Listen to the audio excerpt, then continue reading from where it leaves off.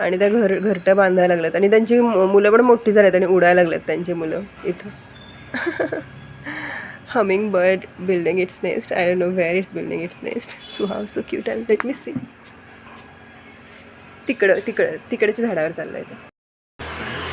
हां हां, काय माहिती, आय थिंक हां मुलगीच आहे. It's a humming bird building its nest. Not in our garden, in someone else's garden, but taking some stuff from our garden.